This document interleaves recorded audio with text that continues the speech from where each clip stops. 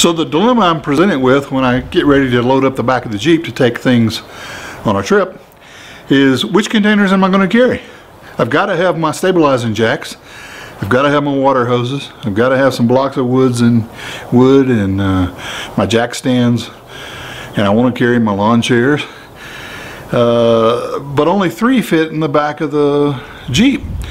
So that forces me to put a 4th one in my back seat, which I'm also carrying some other supplies and things in there, or just don't want to carry anything in the back seat. So I've decided, in order to carry the 3 in the back of the Jeep all the time, that I'm going to go ahead and take my stabilizing jacks and mount them on the bottom of my trailer. So let's get started with this video about mounting stabilizer jacks to a trailer. Casita did not mount any jacks on the trailer when I purchased it.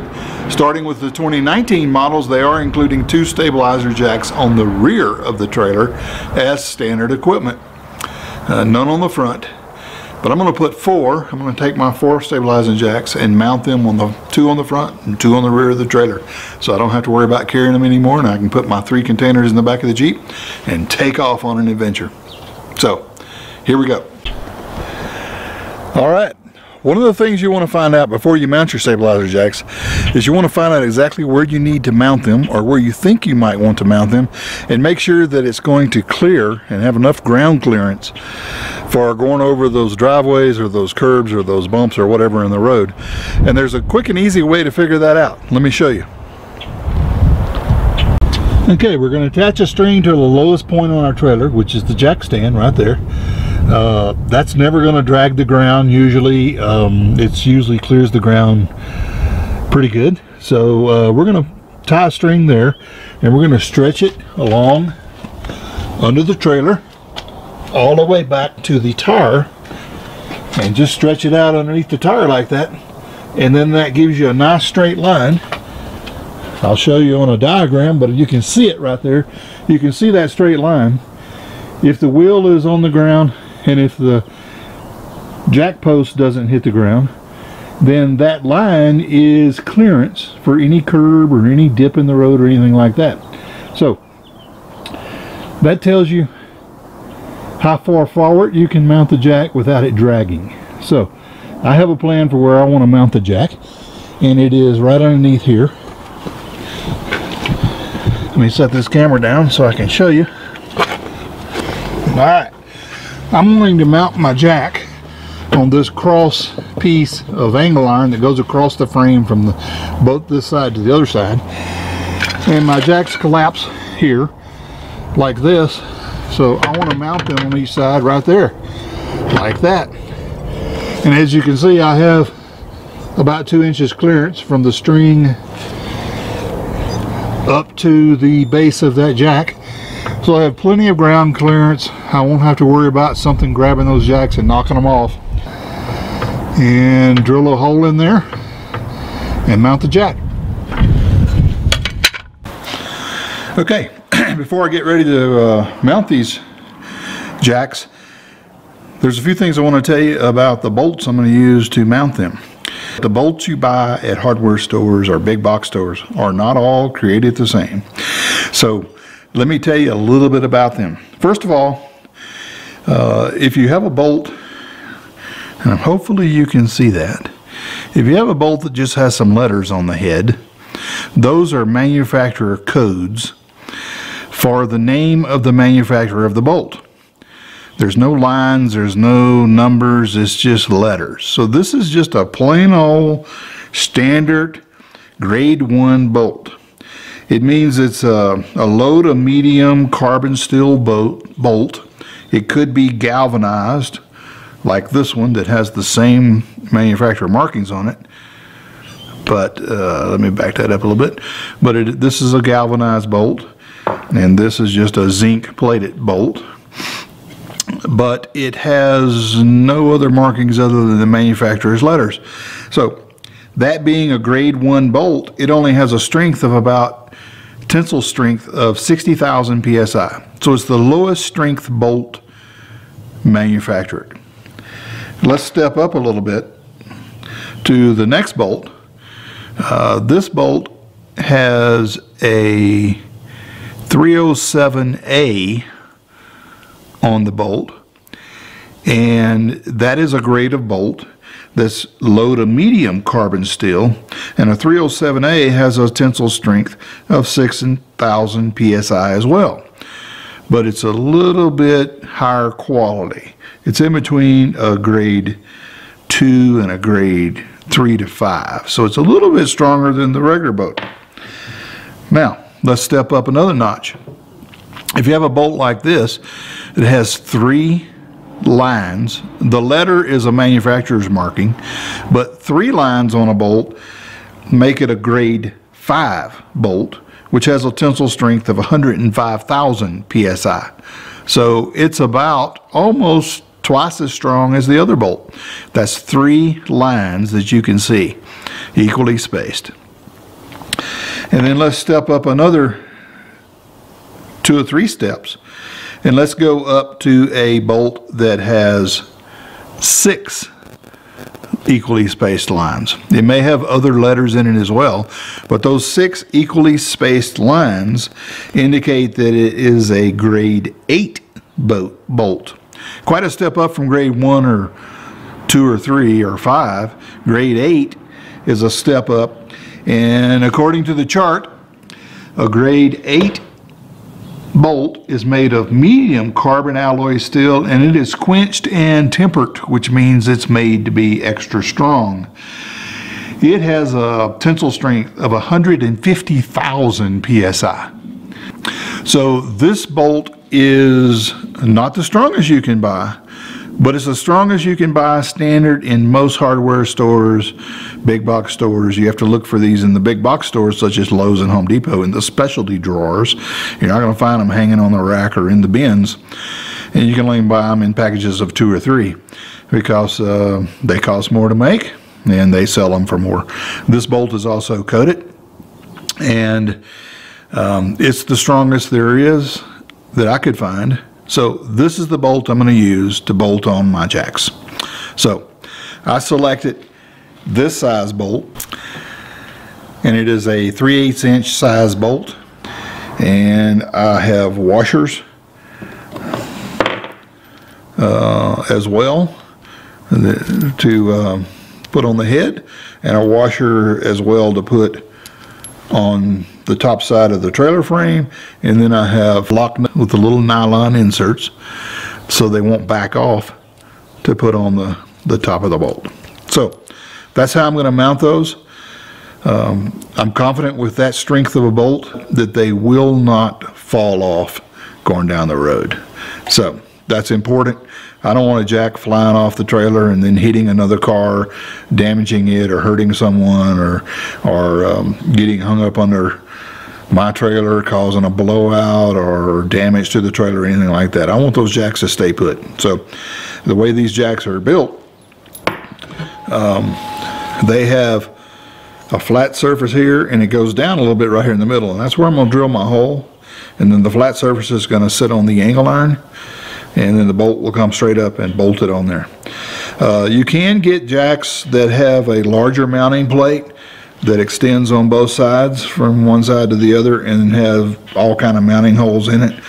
And if you haven't bought any jacks yet, you may want to buy that tiny jack. This jack I've had since before I got the trailer, and I have 4 of them just like this, and I've checked, and you can drill a hole right here in the middle and it not interfere with the operation of the jack, and that's how I'm going to mount those. So I got to get busy drilling these holes. All right, the first step in getting ready to mount these jacks is to measure the center. So I'm going to put my ruler on here, and I see that it's 2 5/8 inches. So half of that is 1 5/16. So I'm going to go over here and make a little scratch mark on 1 5/16. I'm going to do the same on each one. All right, and then the width of these are 1 3/4. So that would be 7/8 of an inch over.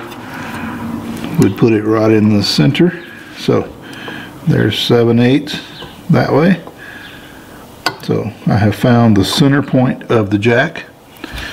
I'm going to do the same thing over here. We'll find the center point for the jack.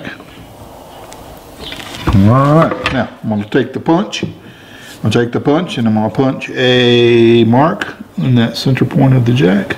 You get the idea. You make a little center point so that you can drill your hole without it wobbling around and going off center. Alright, I'm going to start out by using a center drill bit. That's a center bit. They're extra hardened to get my hole started.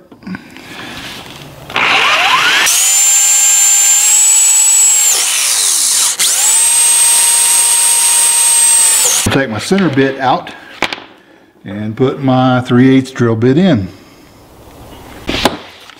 Alright, put my 3/8 bit in. Everything I'm using is hardened steel bits. They're not regular wood drill bits. They're hardened steel bits for drilling in metal.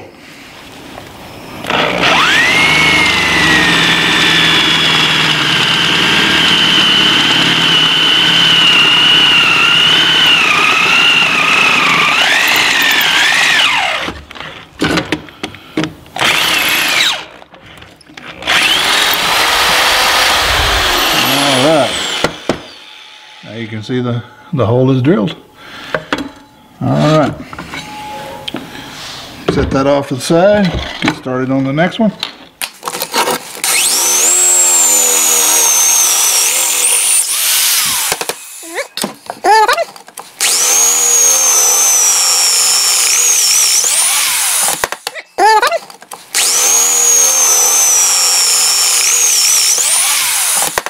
My holes were drilled.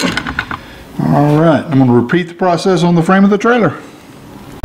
Okay, in order to mount these under the trailer, I've got to drill my 3/8 hole. And I've already determined that the hole is about 1 3/4 inches from the edge of the single iron to where I want the hole to be. So I'm going to make a mark across this way. And then the top of the jack is 1 3/4 inches wide. So I'm going to make a mark. The angle iron is also 1 3/4 inches, so I'm going to go in the middle, 7/8. Make a cross mark like that. Now I know where to drill my pilot hole with my pilot hole hardened drill bit. So back up a little bit so no shavings fall in my eyes. And drill this.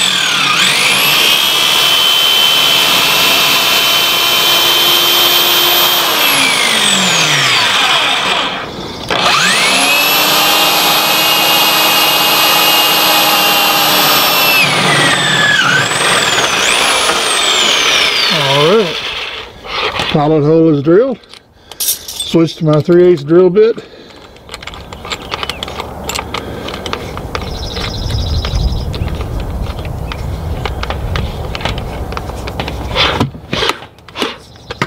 Alright, drill that hole.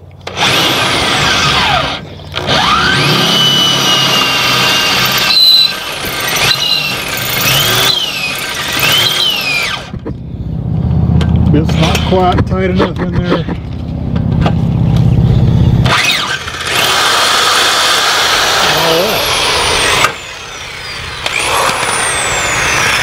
Alright, hole is drilled. I'll take my little file, knock off any burrs that are there. I'll get my bolt and mount the jack. Alright, I put the bolt through the jack and use a screwdriver to push the bolt up into the hole.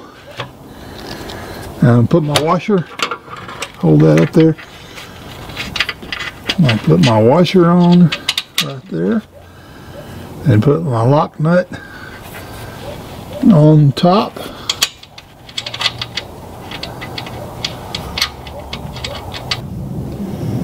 And I'll put me a combination wrench under the bottom here to hold it. There we go. And I thought I might be able to get a socket on the top, but there's not enough room. So I'll have to get me another combination wrench to tighten it up, or to hold it, and might have to tighten it from the bottom. Let's see what I can do here. Alright, I'm going to try to get this where you can see what I'm doing, but I was able to get my ratchet in there to tighten that up. I'll just keep working that back and forth and get that lock nut tightened up.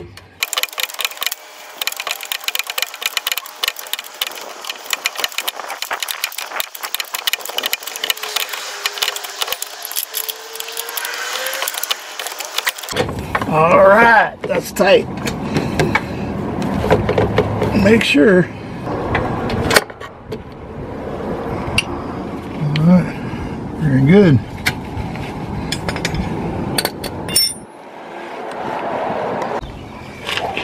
All right, it's mounted. Let's crank it up.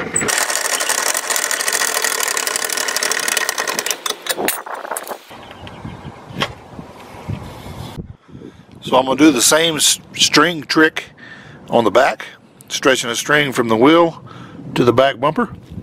Make sure I got plenty of clearance where I want to mount the jack. So let me make sure that I do have enough clearance. I want to put them somewhere right about here is what I'm thinking I want to do. Yeah. So I have lots of clearance here, a good 3 inches or so on the back side. So mounting it right in there is going to be just perfect, right past the end of this welded piece. So right there. Let's get busy.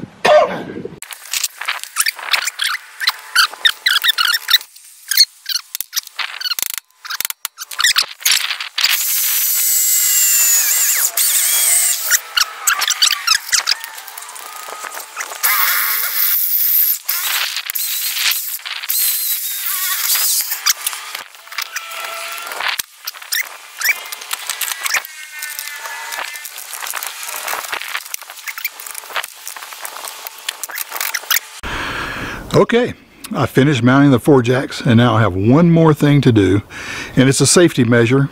Call it overkill or whatever, but I like to think of things safely. I'm going to put a safety chain on each jack to keep it from coming loose and going down while we're going down the road. And in the event that one of my bolts broke or something like that, it would keep that jack from flying off and going down the road and hitting someone and hurting someone or damaging a vehicle or our trailer. But it's a safety chain. I'll show you what I'm going to do. Okay, I purchased a little foot-long piece of chain that's rated at 500-pound strength. I've got some stainless steel hooks. I got my high-strength galvanized bolts, some washers, and a lock nut with a plastic insert to keep it from backing out. And then I have my tools ready to go. Center punch, a drill, a starter drill there, and a 1/2-inch socket and 1/2-inch wrench, and my drill, and I'm going to drill a hole and make that work. So let's get started. Okay, my big design for this is to have this snap link. I'm going to hook it on the chain, and it's going to snap onto here when it's up. And I want this chain to be somewhere hanging back here, kind of as a safety like that, to keep it from going down. And if it was to break off, it wouldn't go anywhere. This chain would hold it long enough for me to see it dangling or hear it and pull over and take care of the situation. So I'll make sure this is in a good spot where I can undo it and snap it back when I'm ready to go. Let it hang when I'm at the campground like that. So that's a good spot for it. So I'm going to mark that right there where I want to drill the hole. So I'm going to drill the hole so that this can sit on there, put the bolt through there, and that'll hold that chain in place. So let's drill that hole. Gonna put my center drill in there.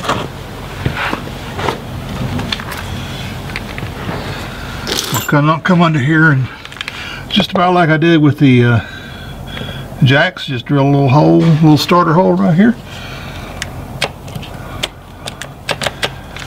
Well, seems like my drill is coming blunt.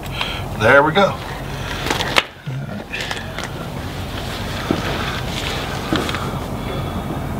Drill me a hole here.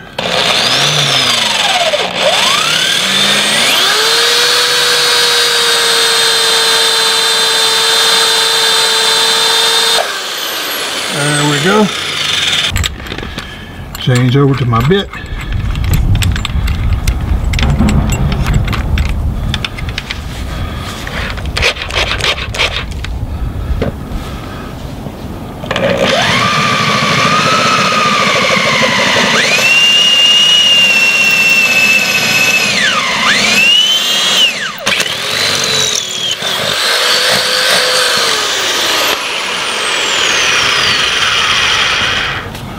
All right, knock a few of those little burrs out of the way. There we go.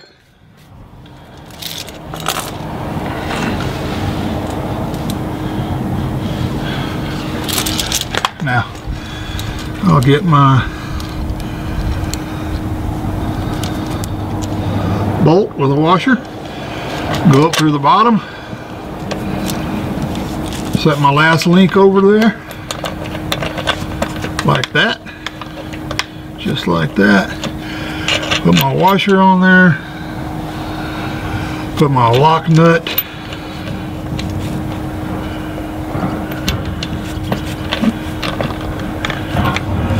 kind of like that.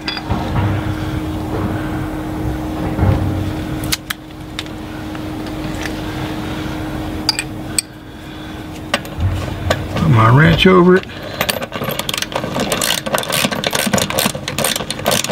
Start tightening it up.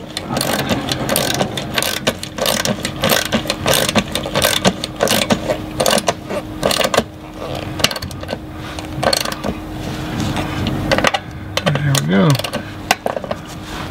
Tighten that pretty tight. There we go. Perfect. Snap that on there. And it's locked in place. Make sure that's good and tight. There we go.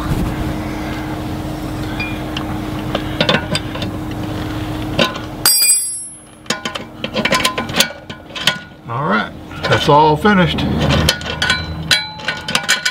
That's ready to roll down the road, and that's a safety in the event this started coming down and the jack was loose and it came down.